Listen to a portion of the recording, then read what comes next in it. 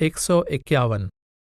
हमारे इस शरीर के अंदर जाने के बेशक कई रास्ते और विभिन्न साधन हैं, और स्वर्ग का राज्य भी हमारे शरीर के अंदर ही है। परंतु परमात्मा के महल में अनेक मंजिलें भी हैं जिनमें ये अलग अलग द्वार पहुंचाते हैं। सभी द्वार और रास्ते सबसे ऊंची मंजिल तक नहीं पहुंचाते। कुछ तो पहली मंजिल तक पहुंचाकर ही खत्म हो जाते हैं, कुछ दूसरी मंजिल तक ले जाते हैं। इन मार्गों के साधक यहीं तक पहुंच सकते हैं, इससे आगे नहीं। अधिकांश मार्ग और धर्म पहली मंजिल पर ही खत्म हो जाते हैं, और वे उसे ही परमपिता का धाम या सबसे ऊंची मंजिल समझ लेते हैं। योगियों को ही लें जो प्राणायाम का अभ्यास करते हैं और सांस के संयम से ही मुक्ति प्राप्त करना चाहते हैं।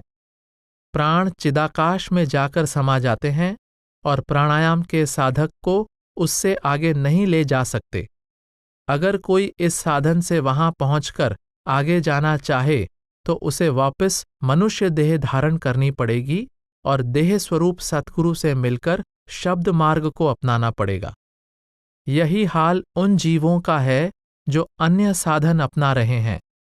उनकी निष्कपट भक्ति का इतना फायदा तो जरूर होगा कि अगले जन्मों में उनके रूहानी ज्ञान का और विकास होगा, और अंत में रूहानी विकास की कई अवस्थाओं में से गुजरने के बाद वे सच्चे गुरु के संपर्क में आएंगे तथा शब्द योग के मार्ग को अपनाएंगे। यह परमात्मा का अटल नियम है। आप इस मार्ग पर काफी समय से हैं और आप जान गए होंगे कि यह शब्द की ताकत ही है जो जीव को इस माया और काल के मंडल से निकाल सकती है। जो चीज सबसे ऊंची रूहानी मंडल से आती है, केवल वही हमें वहां ले जा सकती है। हाँ, हमारी आत्मा सचमुच ही एक अमर, सर्वशक्तिमान और अलौकिक सत्ता है और परमात्मा रूपी प्रकाश पुंज की एक किरण है। पर इसकी मौजूदा हालत क्या है? इसकी कैसी दयनीय दशा हो गई है? बेशक यह एक ऊंचे खानदान की शहजादी है, लेकिन गिरकर मन और इंद्रियों की दासी बन गई है। 152। इन पवित्र नामों के सिमरन से मन को एकाग्र करने में बहुत मदद मिलती है। ये नाम हमारे अंतर में हैं, और इसलिए सिमरन द्वारा हमारी तवज्जो अंदर की ओर मुड़ती है। हम पर परमात्मा की दया मेहर होती है और हमें मालिक के भाणे में रहने का बल मिलता है। हमारे कर्मों का नाश तो शब्द से ही होता है, परंतु सिमरन के बिना शब्द को सुन पाना संभव नहीं। सिमरन हमारे कर्मों के भुगतान में भी मदद देता है। जब हम किसी सोते हुए व्यक्ति को उसका नाम लेकर पुकारते हैं तो वह जाग उठता है, परंतु जो हमेशा जाग रहा है, क्या अपना नाम पुकारे जाने पर वह नहीं सुनेगा? वह सुनता है और जवाब देता है, चाहे हम अपनी चेतनता की वर्तमान अवस्था में उसे न सुन सकें। यह साबित हो चुका है कि ये नाम किसी दुष्ट सत्ता और स्वयं काल तक को पास नहीं आने देते। कोई बुरी शक्ति इनके सिमरन के सामने ठहर नहीं सकती। आपने सरदार कृपाल सिंह के विषय में पूछा है, सो सरदार कृपाल सिंह जो चाहें सो कहें या करें, एक न एक दिन कभी न कभी उन्हें अपने कार्यों का हिसाब देना पड़ेगा। नामदान के समय आपको कसौटी बता दी गई है। आप खुद जांच कर सकते हैं कि वह सच्चे सद्गुरु हैं या नहीं।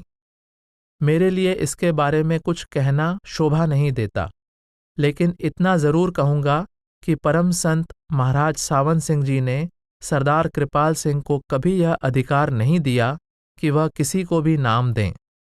हुजूर महाराज जी ने सरदार बहादुर महाराज जगत सिंह जी को एक लिखित तथा वैध वसीयतनामे के द्वारा अपना जानशीन नियुक्त किया, ताकि इस विषय में शक की कोई गुंजाइश न रहे।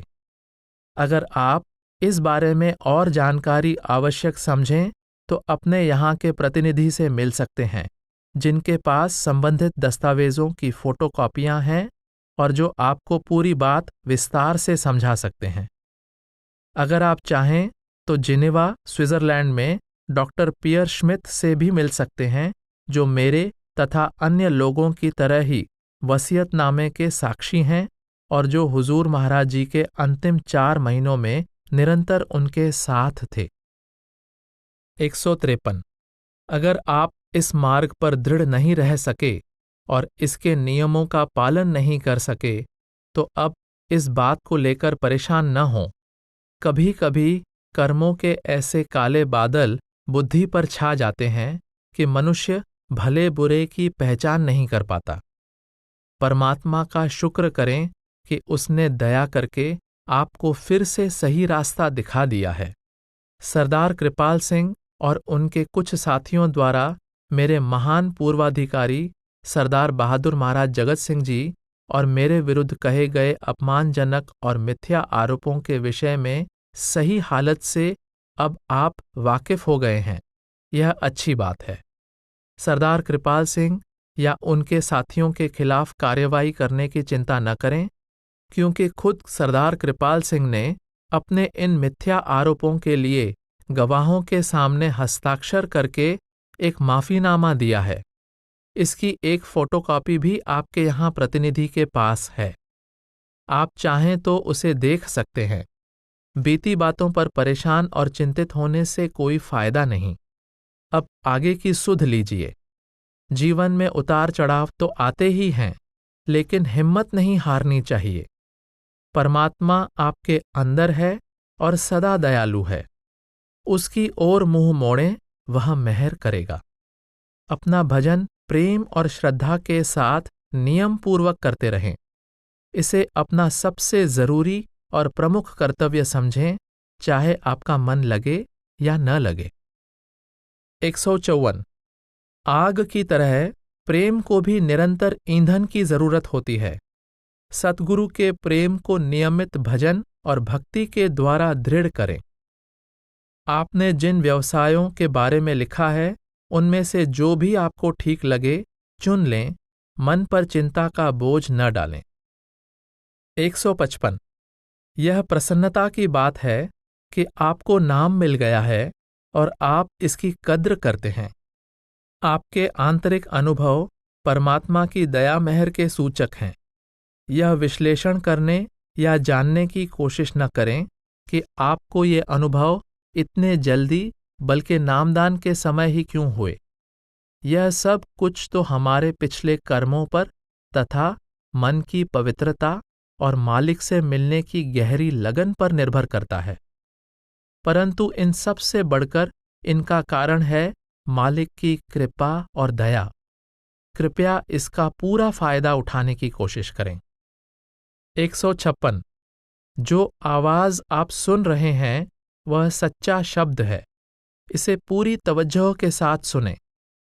कमरे में उड़ने का एहसास प्रगति का अच्छा लक्षण है। आप वास्तव में कमरे में नहीं उड़ रहे थे, बल्कि आत्मा स्थूल शरीर से निकलने की कोशिश कर रही थी। अभ्यास में यह अनुभव स्वाभाविक है। पत्नी और बच्चों से प्रेम होना स्वाभाविक है, पर जब यह प्यार मोह का रूप धारण कर लेता है तो हमारी रूहानी प्रगति के मार्ग में बाधक बन जाता है। सत्संगी को अपना विवाहित जीवन एक कर्तव्य के तौर पर बिताना चाहिए और साथ ही परमात्मा के प्रति अपना कर्तव्य भी पूरा करना चाहिए। यदि सत्संगी अपने रूहानी अभ्यास को प्रतिदिन बिना नागा पूरा समय देता है और अपने सांसारिक कर्तव्य को भी बराबर निभाता है, तो पत्नी और बच्चों का प्यार मोह का रूप नहीं लेता, क्योंकि नियमित भजन सिमरन से उसमें विवेक पैदा हो जाता है। 157। यह जरूरी नहीं है कि सत्संगी किसी सत्संगी से ही विवाह करे, पर यदि पति और पत्नी दोनों सत्संगी हों तो वे इस मार्ग पर एक दूसरे के बहुत सहायक होते हैं, क्योंकि दोनों का ध्येय एक ही होता है। मेरा ख्याल है कि जीवन साथी चुनने में बाहरी आकर्षण को ही, जिसे हम प्रेम कहते हैं, मुख्य नहीं रखना चाहिए। और भी कई जरूरी बातें हैं जिन्हें नजरअंदाज नहीं किया जा सकता।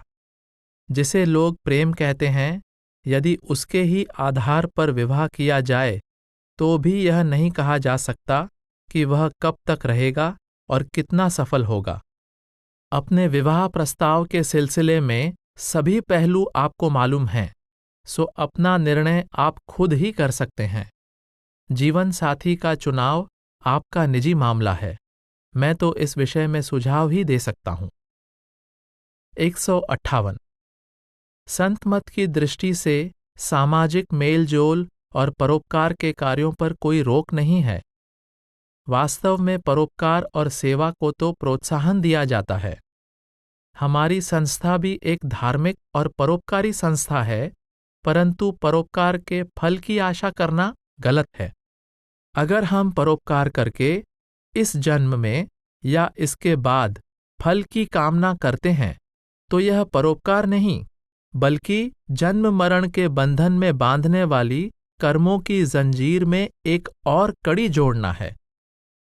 परोपकार करना बहुत अच्छा है, परंतु अच्छे काम भी मुक्ति की आशा रखकर करने से हमारे कर्मों का बोझ और बढ़ाते हैं। 159 मुझे आपकी आंतरिक प्रगति के विषय में जानकर बहुत प्रसन्नता हुई। अगर बाईं तरफ से आवाज आती रहे तो शब्द सुनना छोड़कर सिमरन शुरू कर दें। इससे शब्द मस्तक के बीच में से आने लगेगा। अभ्यास में बैठने से पहले कोई संत मत की पुस्तक पढ़ना अच्छी आदत है। प्रतिदिन कुछ समय संत मत की कोई पुस्तक पढ़ने में लगाएं। इससे बहुत सहायता मिलती है। जहां तक आपके बच्चों के कन्फर्मेशन का सवाल है, मुझे इस विषय में कोई खास जानकारी नहीं है। आप जैसा ठीक समझें करें। आपके अपने बारे में भी मेरी यही सलाह है। अगर आपके लिए किसी रस्म या रूढ़िगत रिवाज को पूरा करना जरूरी है तो मुझे इस पर कोई आपत्ति नहीं है। आप इस विषय में जैसा उचित समझें कर सकते हैं, बशर्ते कि आप संत मत के नियमों पर दृढ़ रहें और अपना भजन सिमरन रोज नियम पूर्वक करते रहें। 160 यह खुशी की बात है कि भजन में आपने घंटे के शब्द को कई बार सुना। अगर वह ज्यादा देर तक सुनाई नहीं देता तो कृपया चिंता न करें। शुरू में ऐसा होना स्वाभाविक है। सिमरन के द्वारा जितनी आपकी एकाग्रता बढ़ेगी, उतना ही शब्द भी ज्यादा देर तक ठहरेगा और धीरे धीरे यह आपको हमेशा सुनाई देने लगेगा। कृपया मेरे फोटो का ध्यान न करें, यह अंत में हानिप्रद साबित होगा। फोटो सिर्फ याद दिलाने के लिए होता है। अभ्यास में इससे कोई मदद नहीं मिल सकती। चिंता न करें, भजन करते रहें। परमात्मा दया मेहर करेगा। 161 जहां तक आपके उस व्यक्ति से विवाह करने का सवाल है जिससे आपको प्रेम है, संत मत के दृष्टिकोण से इसके लिए कोई मनाही नहीं है। संत मत में तो गृहस्थ जीवन ज्यादा अच्छा समझा जाता है।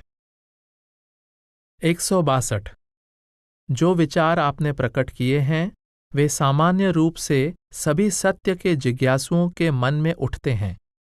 हर एक बुद्धिमान व्यक्ति के मन में यह प्रश्न उठना स्वाभाविक है कि जब परमात्मा एक है, वह सबके अंदर है, सभी उसे पाना चाहते हैं, और जब वह हमारे अंदर ही मिल सकता है तो फिर इतने अलग अलग धर्म, जातियां, संप्रदाय, पंथ और तरीके क्यों हैं? अगर हम गौर से देखें तो मालूम होगा कि यद्यपि हर एक धर्म के रीति रिवाज, कर्मकांड आदि अलग अलग हैं, फिर भी प्रत्येक धर्म की तह में रूहानियत और सच्चाई की बुनियाद एक ही है। यदि हम बिना पक्षपात के विभिन्न धर्मों की शिक्षा का अध्ययन करें तो हमें हर धर्म के मूल में एक ही सच्चाई दिखाई देगी, परंतु धर्म के पुजारियों के प्रभाव में आकर हमारी बुद्धि रीति रिवाजों, धर्मानुष्ठानों में भेदभाव और कट्टरता के जाल में इतनी उलझ जाती है कि हम धर्मों की मूल सच्चाई की खोज करने की भी कभी कोशिश ही नहीं करते। संत महात्मा जिन्हें हम विभिन्न धर्मों के संस्थापक मानते हैं, कभी कोई धर्म स्थापित करने के लिए नहीं आते। वे तो हमेशा हमारा ध्यान सच्चाई की ओर मोड़ने की कोशिश करते हैं। लेकिन उनके जाने के बाद हम उनकी शिक्षा को छोटे छोटे दायरों में बांधकर उन्हें जाति, पंथ और संप्रदाय का रूप दे देते हैं, जो एक दूसरे से लड़ने झगड़ने को ही धर्म का सबसे बड़ा काम समझते हैं। इस तरह असलियत और हकीकत का खून हो जाता है। लोग ऐसा क्यों करते हैं? सिर्फ अपने स्वार्थ के लिए, अपना मतलब साधने के लिए। किसी को भी सत्य और असलियत की खोज करने देना इन धर्माधीशों और पुरोहितों के स्वार्थ के विरुद्ध है। सो बचपन से ही लोगों का पालन पोषण ऐसे वातावरण में होता है कि वे पक्षपात और धर्मांधता की दलदल से ऊपर नहीं उठ पाते, और इस प्रकार मतभेद तथा लड़ाई झगड़े बढ़ते ही रहते हैं। वास्तव में लाखों में से कुछ गिनती के लोग ही सच्चे खोजी होते हैं, जो असलियत को जानने की कोशिश करते हैं और जिन्हें रूहानियत की सच्ची प्यास होती है। जाति, धर्म, देश, भाषा, मनोवृत्ति, रीति रिवाज आदि के भेद मनुष्य मनुष्य के बीच की दरार को और भी गहरा करते रहते हैं। 163। अंदर जाने से डरने का कोई कारण नहीं है। क्या कोई सच्चा प्रेमी कभी अपनी प्रियतमा के घर में जाने से डरता है? आप निश्चिंत रहें, भजन में आपको कभी कोई नुकसान नहीं पहुंचा सकता। आपकी रक्षा और रहनुमाई के लिए सतगुरु हमेशा आपके साथ हैं। ऐसे मौके पर 5 नाम का सिमरन और सतगुरु का स्वरूप अपने सामने रखें। मन के विरुद्ध इस संग्राम में एक सूरमे की तरह आगे बढ़ें। 164। प्रसाद हमें सतगुरु की याद दिलाता है और हमारे विचारों को भजन सिमरन की ओर ले जाता है। यह हमेशा याद दिलाता है कि हमें संत मत के असूलों पर स्थिर रहना है और कभी भटकना नहीं है। प्रसाद खाते समय हमारे ऐसे भाव होने चाहिए। काम में गलतियां हो जाने या कुछ बातों को भूल जाने का भजन से कोई संबंध नहीं है। इसका कारण लापरवाही हो सकता है। मन अपनी कमजोरियों के कारण ये दोष भजन पर डालना चाहता है। असल में सच्चा अभ्यास तो हमें ज्यादा सजग बनाता है और स्पष्ट विचार की शक्ति देता है। हर कार्य को सतगुरु के नाम पर करने का मतलब यह है कि हम हर बात में से अपनी हौमें या अपने आप को निकाल दें। हमारे कार्य अहंकार और स्वार्थ के कारण नहीं होने चाहिए। जब मनुष्य दुविधा में होता है और यह तय नहीं कर पाता कि कौन सा काम अच्छा है और कौन सा काम बुरा, तो इस उलझन का जवाब उसके अंदर ही होता है। जरूरत इस बात की होती है कि वह शांत होकर स्थिति पर विचार करे। परमात्मा ने हमें विवेक शक्ति दी है, जिससे हम भले बुरे की पहचान कर सकते हैं। कोई भी सत्संगी यह दावा नहीं कर सकता कि वह सतगुरु की इच्छा या मौज के अनुसार कार्य कर रहा है, जब तक कि भजन में काफी प्रगति करके यह न जान ले कि सतगुरु की मौज क्या है। सिर्फ यह कहकर कार्य करना कि मैं सतगुरु की मौज में काम कर रहा हूं, सतगुरु की मौज में रहना नहीं, बल्कि अपने मन की मौज में चलना है। जब तक अंतर में सतगुरु के स्वरूप का मिलाप न हो जाए, तब तक अंतर में सतगुरु से मार्गदर्शन के लिए प्रार्थना करते हुए अपनी समझ और योग्यता के अनुसार कार्य करना चाहिए। नाम लेने और अभ्यास करने का यह अर्थ नहीं कि आप लोगों से मिलना जुलना छोड़ दें। आप लोगों से मिलें और पहले की तरह सामाजिक समारोहों में जाएं, परंतु नाम लेते समय किए गए अपने चारों वादों के पालन का पूरा ध्यान रखें। मनुष्य जीवन के असली उद्देश्य को हमेशा याद रखें। आपस में प्रेम रखने का यह मतलब नहीं कि हम हर एक से मेलजोल बढ़ा लें। हम सभी को अपने अपने प्रारब्ध के अनुसार अपना अपना व्यक्तिगत जीवन बिताना है। हमें सभी के प्रति शिष्ट और दयालु होना चाहिए, परंतु बुरी संगति से बचना चाहिए, क्योंकि मनुष्य अपनी संगति से केवल पहचाना ही नहीं जाता, बल्कि उससे प्रभावित भी होता है। विवाह करना है या नहीं करना, यह आपकी निजी समस्या है। संत मत में विवाह करने पर कोई रोक नहीं है, बल्कि संत मत पर चलने के लिए गृहस्थ जीवन को ज्यादा अच्छा समझा जाता है। पर यह भी जरूरी नहीं है कि संत मत पर चलने के लिए विवाह किया ही जाए।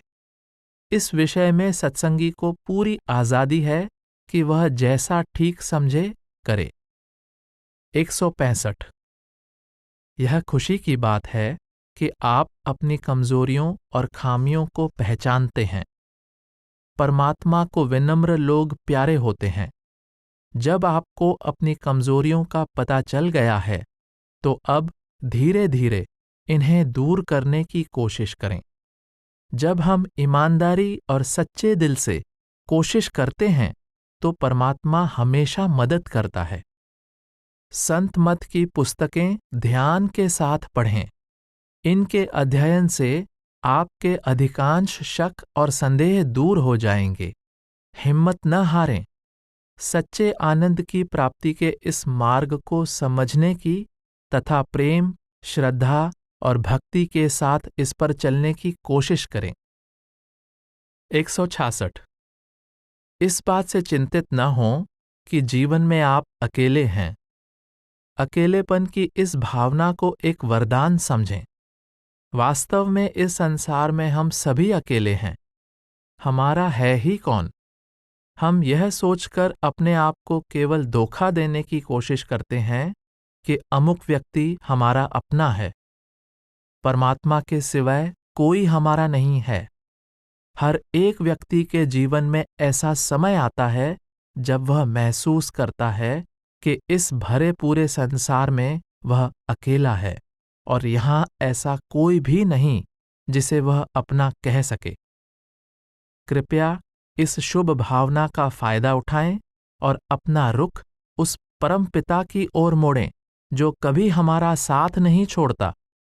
सच्ची शांति, सच्चा सुख और संतोष केवल परमात्मा की भक्ति से ही प्राप्त हो सकता है। 167। कृपया अपने मन की चालाकियों से परेशान न हो। यह तो इसका स्वभाव है। अपना भजन नियमित रूप से करते रहें। अपने मन से कह दें कि वह संत मत को अपनाने से पहले चाहे जितनी खोज और जांच पड़ताल कर सकता था, परंतु पूरी खोज के बाद जब आपने संत मत के सिद्धांतों और नियमों को समझ लिया है और जब आपको पूर्ण विश्वास है कि परमात्मा की प्राप्ति का यही एकमात्र साधन है, तो अब आपको इस मार्ग पर दृढ़तापूर्वक चलना चाहिए और व्यर्थ ही बाल की खाल उतारने में अपना समय नष्ट करने से कोई फायदा नहीं है। सेना में भर्ती होने से पहले मनुष्य को आजादी है कि वह सेना में भर्ती हो या न हो, परंतु भर्ती होने के बाद उसका कर्तव्य है कि सेनापति का हुक्म माने और सैनिक अनुशासन में रहे। सो अपने मन में किसी प्रकार के निरर्थक संदेह या सवाल पैदा न होने दें। बुद्धि और तर्क वितर्क को परमात्मा की प्राप्ति के मार्ग में बाधक न बनने दें। अपना भजन प्रेम, श्रद्धा और दीनता के साथ करते रहें और अपने मन का द्वार काल के लिए बंद कर दें ताकि वह अंदर न आ सके।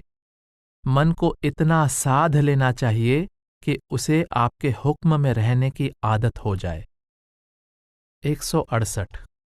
संत मत में सूअर और मुर्गी पालने के व्यवसाय की मनाही है, क्योंकि संत मत पशु पक्षियों आदि की हत्या के विरुद्ध है। अगर इन्हें वध के लिए न पाला जाए तो इस रोजगार में कोई हरज नहीं, लेकिन सवाल तो यह है कि क्या ये जानवर वध के सिवाय और किस काम में लाए जा सकते हैं? अगर अंडे बेचने के लिए मुर्गी पालन किया जाए तो यह भी उचित नहीं है। अगर कोई नस्ल सुधार के लिए सूअर पालकर दूसरों को बेच देता है तो भी आखिर में बात तो वही है। इसलिए आपने जो डेयरी अथवा गौशाला का काम अब शुरू किया है वह सबसे अच्छा है। इसे पूरी मेहनत और लगन के साथ करें। आपने जो त्याग किया है परमात्मा उसका फल देगा। सच बोलना बहुत अच्छी बात है, पर सच हमेशा मिठास तथा प्यार के साथ बोलना चाहिए।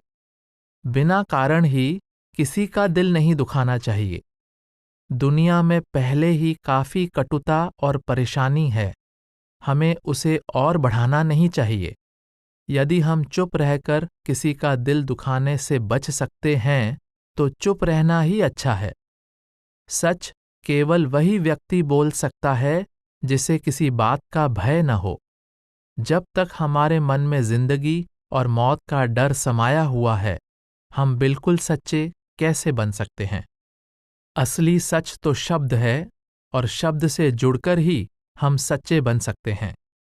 सच के असली अर्थ हैं शाश्वत, अमर, अविनाशी और सदा रहने वाला। 169। अपने बच्चों के बारे में चिंता करने की कोई बात नहीं है। आखिर वे बच्चे ही हैं और हमें उनसे बड़ों के समान व्यवहार और विचार की आशा नहीं रखनी चाहिए। प्रेम प्यार के साथ उनका पालन करें। उनकी नादान हरकतों पर गुस्सा न करें, बल्कि धैर्यपूर्वक उनकी सही ढंग से परवरिश करें। अगर हम क्रोधित होते हैं तो यह हमारी ही कमजोरी है। माता पिता को अपने बच्चों के भले के लिए काफी कुर्बानी करनी पड़ती है और अपने आप को उनकी आदतों और जरूरतों के अनुसार ढालना पड़ता है। अगर हम यह महसूस करते हैं कि वे जैसा हम चाहते हैं वैसा व्यवहार नहीं कर रहे हैं, तो उनको शिक्षा देने और उनकी परवरिश करने के हमारे तरीके में ही कोई त्रुटि है। आप एक अच्छी माता की तरह अपना फर्ज अदा करें और कोई चिंता न करें। 170। आपके छोटे बच्चे का यह अनुभव कि उसने सुरंग पार करके सतगुरु के दर्शन किए बहुत अच्छा है। बच्चों का हृदय दुनिया की मैल से मुक्त, पवित्र और निश्चल होता है, इसलिए वे अभ्यास में आसानी से अच्छी प्रगति कर लेते हैं। परंतु बच्चे होने की वजह से वे इस अनमोल वस्तु की कद्र नहीं कर पाते और उसे स्थिर नहीं रख सकते। इस सुखद अनुभव से आपके बेटे को और अभ्यास करने का प्रोत्साहन मिलना चाहिए। कृपया उससे कहें कि वह अपने ये आंतरिक अनुभव किसी पर प्रकट न करे, यहाँ तक कि आपको भी न बताए।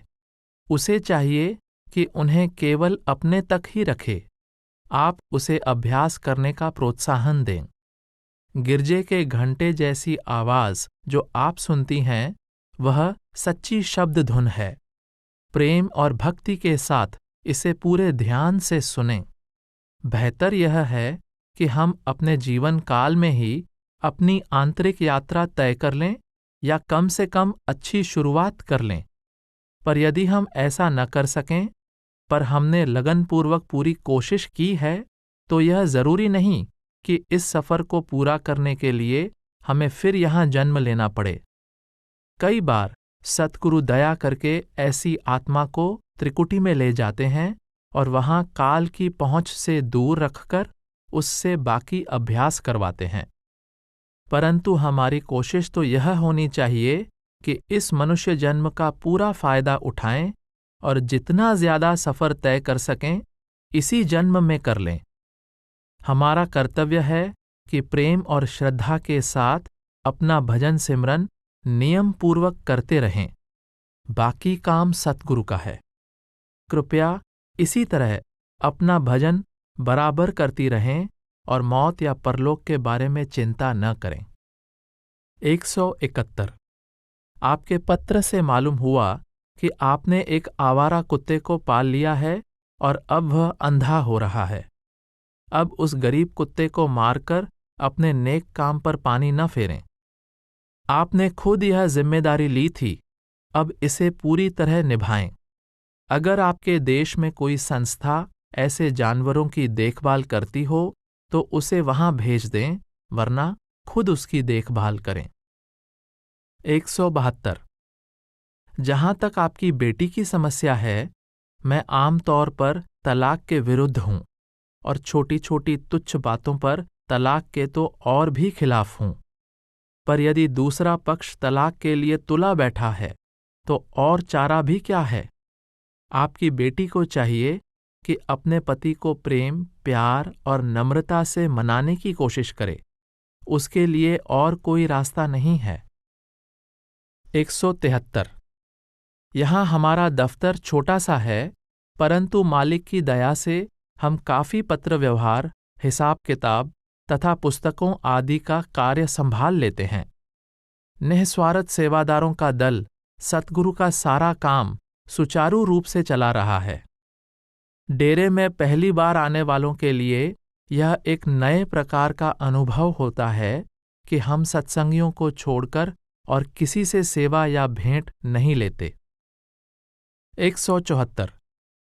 नाइट क्लब में गाने का काम एक ऐसा व्यवसाय है जिसमें पतन की बहुत संभावना है, जैसे कि आप खुद महसूस करती हैं।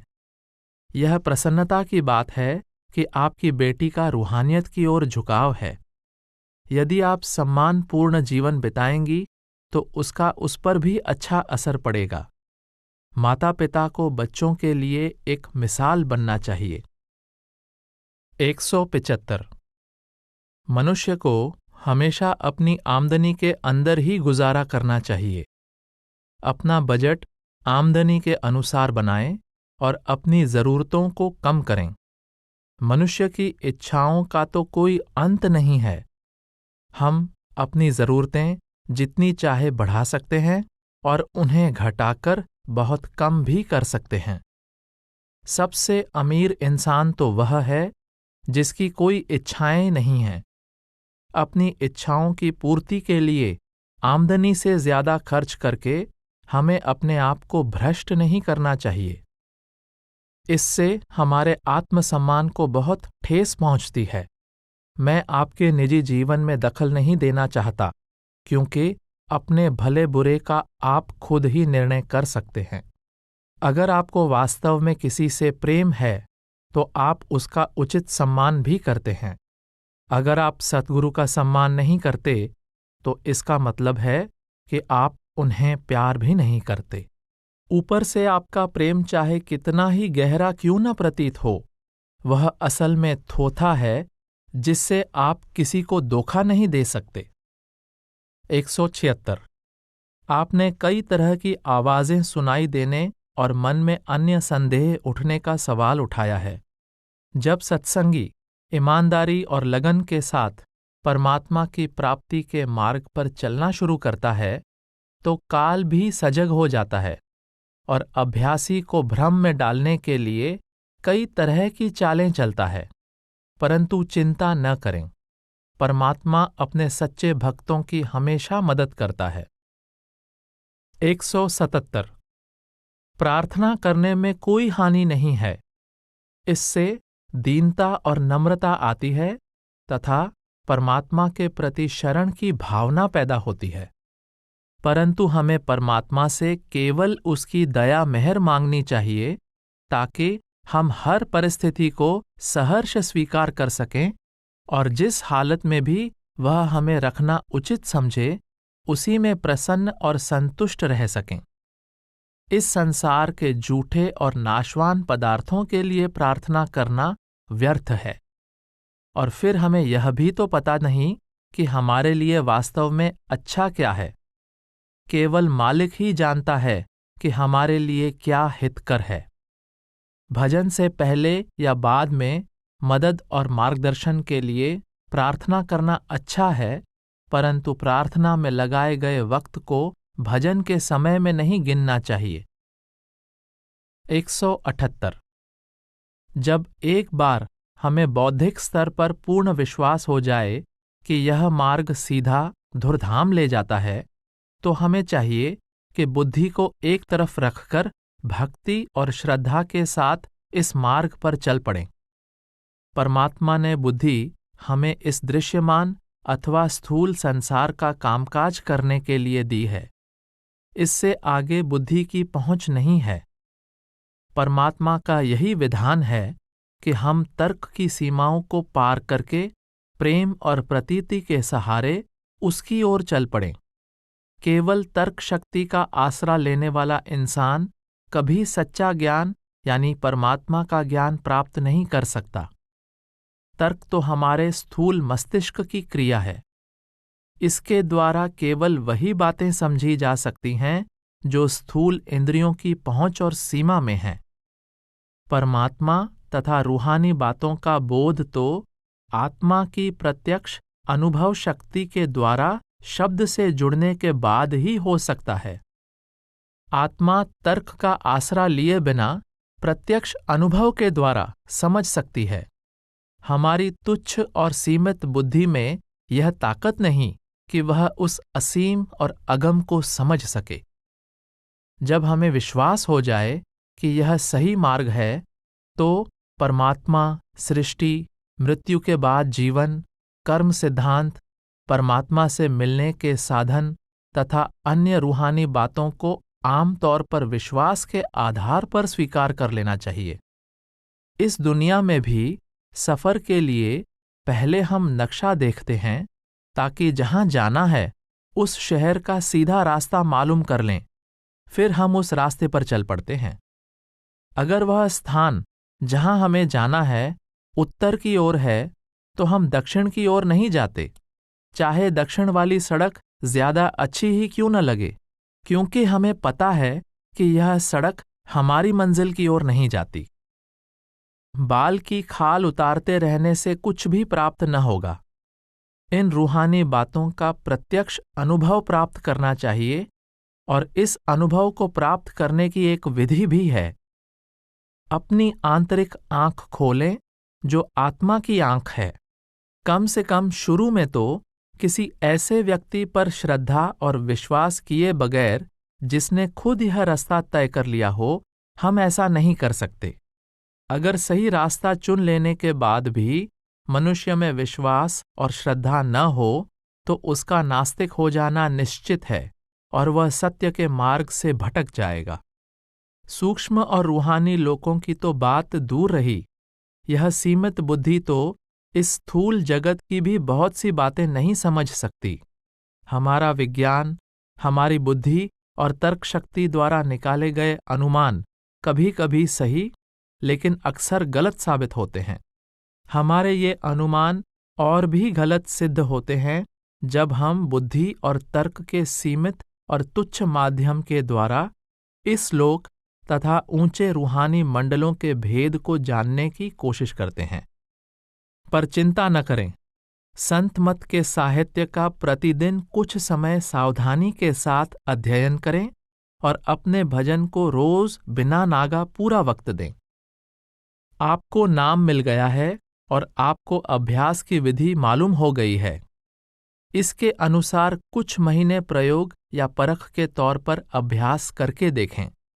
तब आप में विश्वास पैदा हो जाएगा और आप इस मार्ग पर चलना चाहेंगे।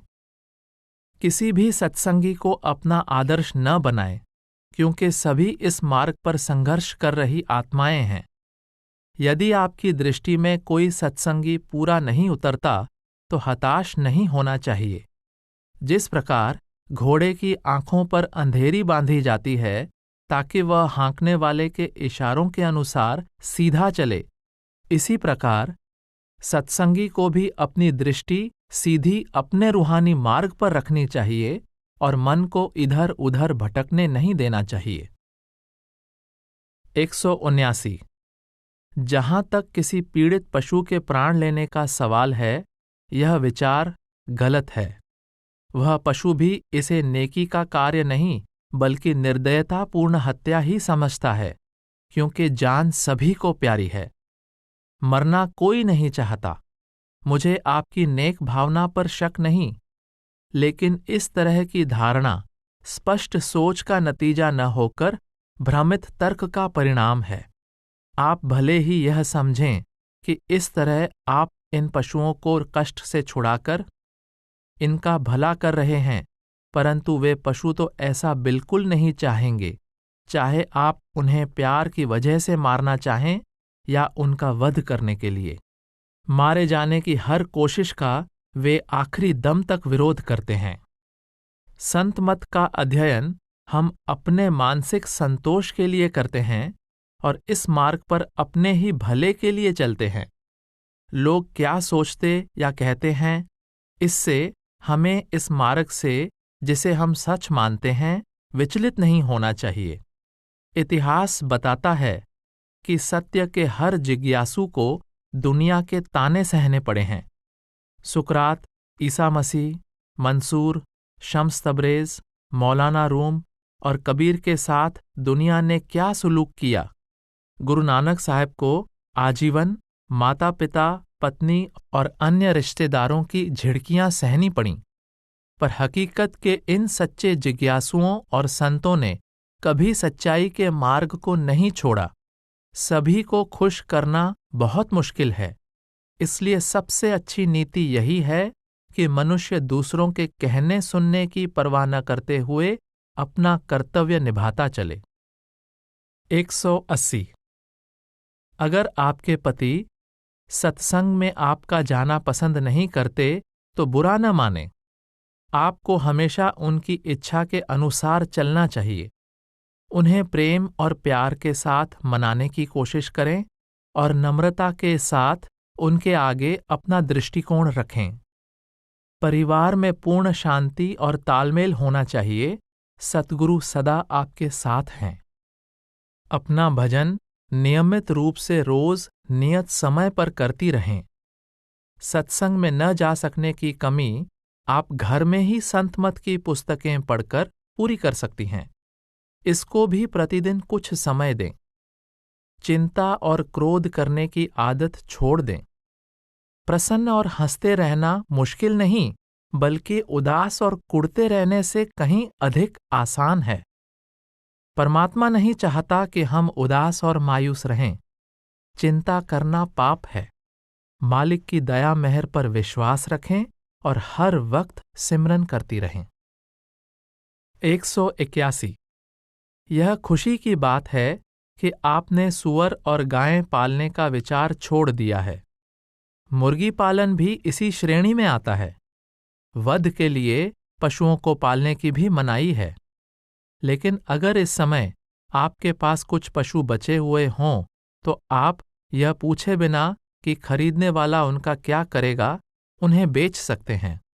असल में तो ऐसा बेचना भी उचित नहीं है, परंतु कहीं तो सीमा बांधनी ही पड़ती है। 182। बच्चों के लिए धार्मिक वातावरण बहुत जरूरी है। उनका झुकाव धर्म की ओर होना चाहिए। आपको चाहिए कि उनके मन में वे मूल सत्य बसाएं जो सभी धर्मों में समान हैं, पर कोई भी विचारधारा उन पर जबरदस्ती न थोपें, ताकि वे बड़े होकर खुद अपना फैसला कर सकें। 183। अभ्यास के समय जो आपको गर्मी का एहसास होता है वह स्वाभाविक है।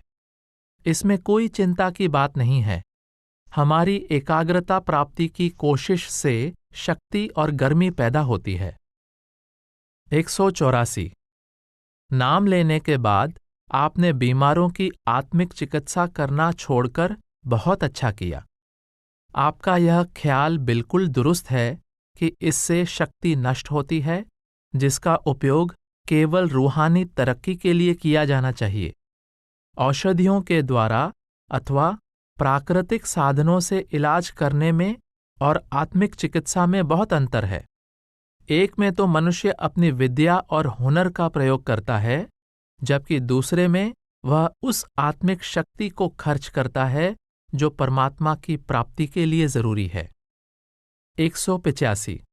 हम कभी कभी जो अकेलापन और उदासी महसूस करते हैं, उसकी वजह आत्मा का अपने मूल की ओर स्वाभाविक झुकाव है। भले ही हम अपने मन को जो वह चाहे देते रहें और एक पदार्थ से दूसरे की ओर जाने की उसकी आदत पूरी करते रहें, पर एक समय ऐसा भी आता है जब हम यह महसूस करते हैं कि यह सारा संसार एक मृग तृष्णा और धोखा है, और दुनिया में कोई भी ऐसा नहीं है जिसे हम अपना कह सकें।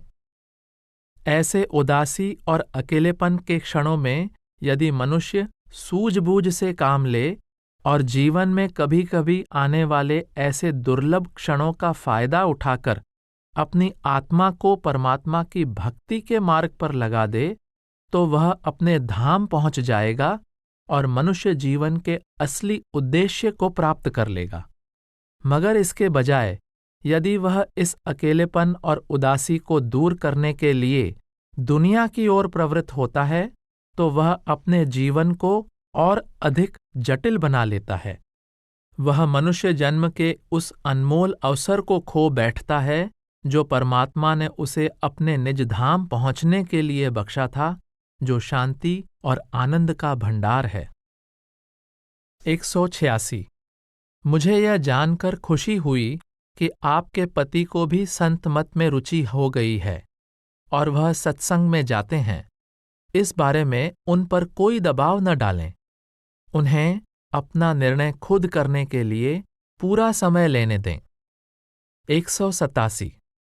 मेरे ख्याल से रूहानी झुकाव रखने वाले व्यक्ति के लिए होटल का व्यवसाय ठीक नहीं है। इसमें हर वक्त मांस परोसना और शराब बेचनी पड़ती है, जिसका मन पर बुरा असर हुए बगैर नहीं रह सकता। बेहतर यही होगा कि आप कोई अन्य व्यवसाय चुन लें। 188। संत मत और वेदांत के दृष्टिकोण, मार्ग और ध्येय में बहुत अंतर है। नए खोजी को शुरू में इन दोनों में ज्यादा अंतर दिखाई नहीं देता, परंतु जब आप संत मत का अच्छी तरह अध्ययन करेंगे तो आपको खुद यह अंतर स्पष्ट दिखाई देगा। यह अच्छी बात है कि आपने संत मत के विषय में कुछ पुस्तकें पढ़ी हैं। कृपया इस विषय पर और पुस्तकें भी पढ़ें और खास तौर पर प्रोफेसर पुरी की मिस्टिसिज्म द स्पिरिचुअल पाथ भाग 2 का अध्ययन करें। इससे आपको संत मत और अन्य मार्गों में फर्क समझ में आ जाएगा। 189। आप पूछते हैं कि जब परमात्मा ने हर वस्तु को पूर्ण बनाया है तो पाप कहाँ से आया? परंतु पाप क्या है? पाप की अपनी कोई अलग हस्ती नहीं है। वह तो नेकी अथवा परमात्मा की अनुपस्थिति का नाम है। छाया भी सूर्य की वजह से ही होती है। अंधकार क्या है? सूर्य का न होना। लेकिन हमारी बुद्धि की मौजूदा हालत में इन बातों को तर्क के द्वारा समझ पाना मुश्किल है। तर्क की अपनी सीमा है। इन गूढ़ रूहानी बातों को समझने के लिए हमें आत्मा की आंख का सहारा लेना पड़ेगा। पहली कक्षा का विद्यार्थी उच्च गणित की कठिन समस्याओं को तब तक हल नहीं कर सकता जब तक वह बीज गणित यानी अलजबरा, त्रिकोणमिति यानी ट्रिग्नोमेट्री आदि विषयों का अध्ययन न कर ले। इसलिए काल आदि के बारे में सोच विचार करने के बदले हमें अपनी मौजूदा दुर्दशा को जानने और इससे छुटकारा पाने की कोशिश करनी चाहिए। आंतरिक आंख के खुल जाने पर आपके बाकी सभी प्रश्नों का हल मिल जाएगा। 190। हाँ, आप अपने गुजरे हुए रिश्तेदार से मिल सकते हैं, परंतु ऐसा करना उचित नहीं है। इससे हमारा मोह बढ़ता है और आगे के लिए नए कर्म बनते हैं। 191। नामदान के बाद यह सवाल ही पैदा नहीं होता कि सद्गुरु हमें छोड़ देंगे। जब तक वह हमें अपने धाम नहीं पहुंचा देंगे और परमपिता से हमारा मिलाप नहीं करवा देंगे, तब तक हमें नहीं छोड़ेंगे। वह केवल इस जीवन में ही हमारे साथ नहीं हैं, बल्कि मौत के बाद भी हमारे साथ रहते हैं। हमें नाम देने के बाद वह निश्चिंत नहीं हो जाते, बल्कि हमें धुरधाम पहुंचाने की जिम्मेदारी ले लेते हैं। जब तक हम परमात्मा रूपी आनंद के सागर में लीन नहीं हो जाते, वे हमें नहीं छोड़ते और तब भी हमारा उनसे बिछोह नहीं होता, क्योंकि वह खुद ही आनंद के सागर हैं। सतगुरु का असली स्वरूप शब्द है, वह देहधारी शब्द हैं। शब्द के अभ्यास में हम जितनी ज्यादा तरक्की करेंगे, उतना ही हम सद्गुरु के समीप आते जाएंगे और उतना ही हमारा प्रेम बढ़ता जाएगा। 192। अंतर में तारे दिखाई देना प्रगति का अच्छा लक्षण है। अपनी तवज्जो को पूरी तरह सिमरन में लगाए रखें और इन नज़ारों की ओर ज्यादा ध्यान न दें। अंतर में केवल सद्गुरु के नूरी स्वरूप के प्रकट होने की अभिलाषा रखें। जो प्रकाश की चमक आप देखते हैं, उसके पीछे न जाएं, बल्कि पूरी एकाग्रता के साथ सिमरन करते रहें। फिर वह चमक ज्यादा उज्जवल और स्थिर हो जाएगी। प्रतिदिन भजन में बैठने से पहले और रोज रात को सोने से पहले 10-15 मिनट के लिए सारवचन या परमार्थी पत्र भाग 2 पढ़ें। 193। हमारे कोई रूढ़िगत सिद्धांत नहीं है सिवाय इसके कि वह परम सत्य सर्वत्र व्याप्त है, परंतु हम उसे एक विशेष अवस्था में अपने अंतर में ही पा सकते हैं। 194। आपका यह सोचना सही है कि शब्द धुन ही ऐसा सर्वव्यापी सत्य है और सार्वभौमिक सिद्धांत है जो सब धर्मों और दर्शनों का मूल और आधार है, लेकिन जिसे प्राप्त करने का गुर वे सब भूल चुके हैं।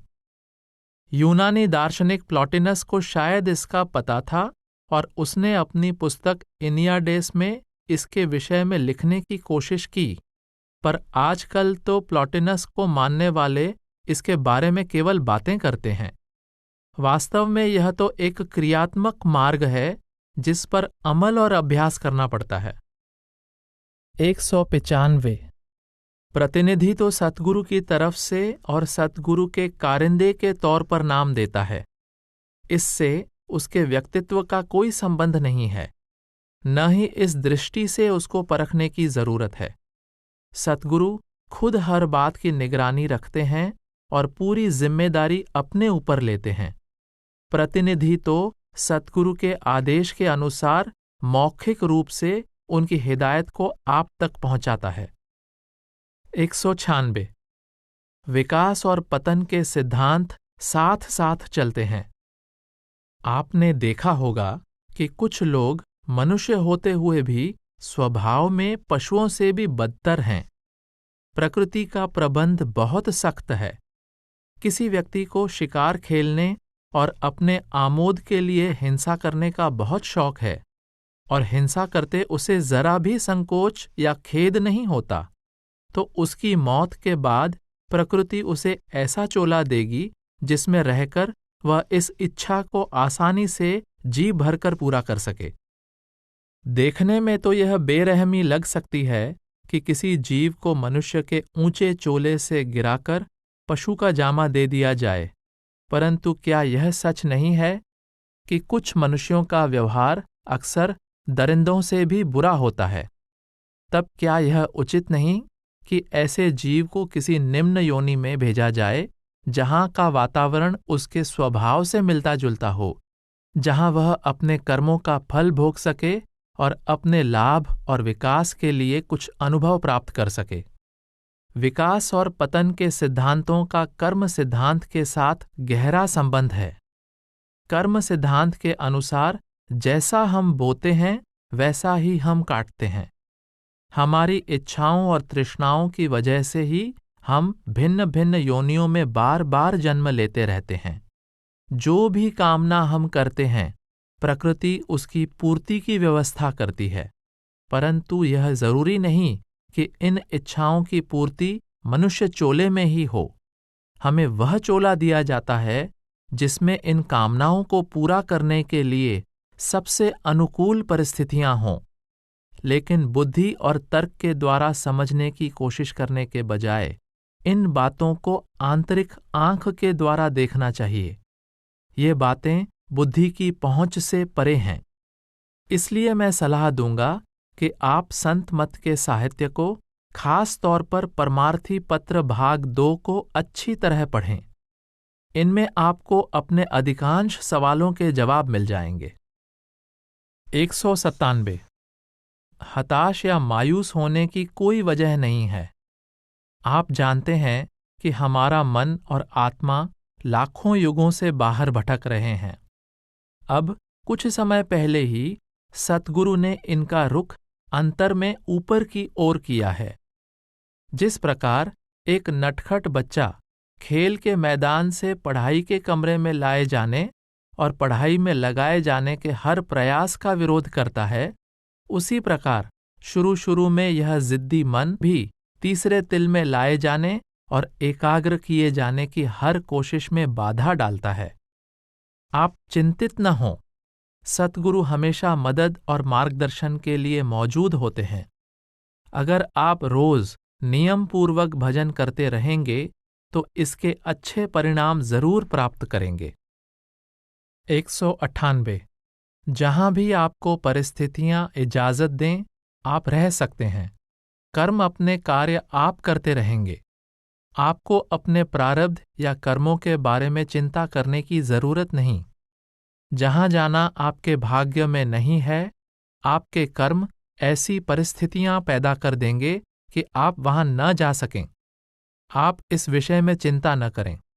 अपने मन को भजन सिमरन में लगाए रखें, बाकी सब कुछ अपने आप ठीक हो जाएगा। 199। अपने मन को जबरदस्ती दुनिया के पदार्थों की ओर से हटाना बहुत ही मुश्किल है। अगर हम अपने मन को एक वस्तु की ओर से हटाने में सफल हो भी जाएं, तो यह किसी दूसरे पदार्थ की तरफ और भी प्रबल रूप से आकर्षित हो जाता है। मन स्वभाव से ही आमोद प्रमोद और विषयों का प्रेमी है। हम इसे इंद्रियों के भोगों की ओर से तब तक नहीं हटा सकते जब तक कि दुनिया के पदार्थों से ज्यादा मीठी और आनंददायक वस्तु इसे न दे दें। जब तक ऐसी कोई चीज न मिले, मन को भोगों की ओर से हटाना या अनासक्त करना कठिन ही नहीं बल्कि असंभव है। और वह चीज है शब्द धुन, जिसे बाइबल में वर्ड या लोगोस कहा गया है, और जो मन को दुनिया के पदार्थों से हटाकर अपने आप में लीन कर सकता है। वह शब्द या दिव्य धुन हम सब के अंदर है। ईसा मसीह ने कहा है, परमात्मा की बादशाहत तुम्हारे अंदर है। जब तक हम अंदर न जाएं और अपने मन को इस शब्द के साथ न जोड़ें, तब तक हम सांसारिक मोह के बंधन नहीं तोड़ सकते।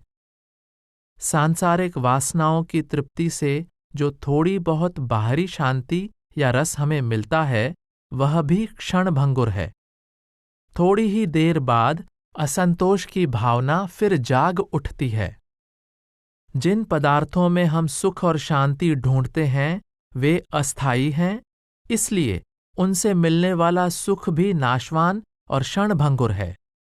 सच्ची शांति तो तभी प्राप्त हो सकती है जब हमारा मन शब्द में लीन हो जाए। इस मार्ग पर चलने के लिए शाकाहार बहुत जरूरी है। इसमें मांस, मछली, मुर्गा, अंडे आदि तथा इनसे बनी चीजों और शराब वगैरह की मनाही ही है। आप दूध और पनीर ले सकते हैं। कृपया संत मत के साहित्य का ध्यानपूर्वक अध्ययन करें और शाकाहार को अपनाएं। अगर आप 3-4 महीने इस पर रह सकें और महसूस करें कि आजीवन शाकाहारी रह सकेंगे, तो आप नामदान के लिए लिख सकते हैं। 200। सरदार कृपाल सिंह की रूहानी सत्संग नामक संस्था की गतिविधियों के बारे में मैं कुछ नहीं कहना चाहता। आप कहती हैं कि आप उनसे और उनके साथियों से असंतुष्ट हैं, सो यह आपका निजी मामला है कि आप उन्हें मानती रहें या छोड़ दें। आपने यह बात पूछी है, इसलिए जवाब में मैं इतना ही कहूँगा कि हुजूर महाराज जी यानी बाबा सावन सिंह जी ने सरदार कृपाल सिंह को कभी अपना उत्तराधिकारी नियुक्त नहीं किया। उन्होंने एक लिखित वसीयतनामे के जरिए गवाहों के सामने सरदार बहादुर महाराज जगत सिंह जी को अपना संपूर्ण रूहानी कार्य करने के लिए अपना जानशीन नियुक्त किया। अगर फिर भी कोई व्यक्ति यह कहने का हौसला करता है कि वह हुजूर महाराज जी का उत्तराधिकारी है, तो मैं उसके ऐसे दावों का फैसला जिज्ञासुओं की बुद्धिमत्ता पर छोड़ता हूँ। विदेशों में हुजूर महाराज जी के प्रतिनिधियों के पास उत्तराधिकारी की नियुक्ति संबंधी दस्तावेजों की फोटोकॉपियां हैं। अगर आप चाहें तो वे आपको ये कॉपियां दिखा सकेंगे। आपके पति के साथ जो आपकी समस्या है, उसका सबसे अच्छा हल यही होगा कि आप उनके साथ अनावश्यक बहस किए बगैर उन्हें प्रेम के द्वारा जीतने की कोशिश करें। आप दोनों का अपने बच्चों के प्रति जो गहरा लगाव है, उसको ध्यान में रखते हुए आप दोनों को शांति और प्रसन्नता पूर्वक साथ रहना चाहिए।